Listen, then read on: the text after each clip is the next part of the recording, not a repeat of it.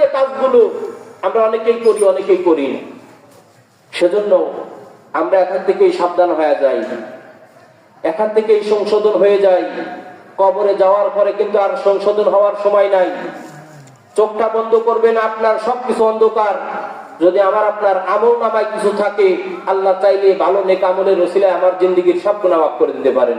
কিন্তু আমার আপনার আমল নামায় যদি শিরিক করার মতো অপরাধ, নিশ্চয়ই আল্লাহর সাথে বড় জুলুম হলো আল্লাহর সাথে কাউকে অংশীদার করা, শরীক করা, সমকক্ষ বানানো। এই রকম অপরাধ যদি আমার আপনার আমল নামায় থাকে, আলেম হই, সাধারণ মানুষ হই, ডাক্তার হই, ইঞ্জিনিয়ার হই, ব্যারিস্টার হই, প্রফেসর হই, যে শ্রেণীর মানুষ হোক না কেন, যদি আল্লাহর সাথে অংশীদার করা হয় এমন কোন পাপ আমার আপনার আমল নামায় থাকে, আর আমরা তওবা না করে মৃত্যুবরণ করি, আল্লাহ রাব্বুল আলামিন আমাদেরকে জাহান্নামে নিক্ষেপ করবেন।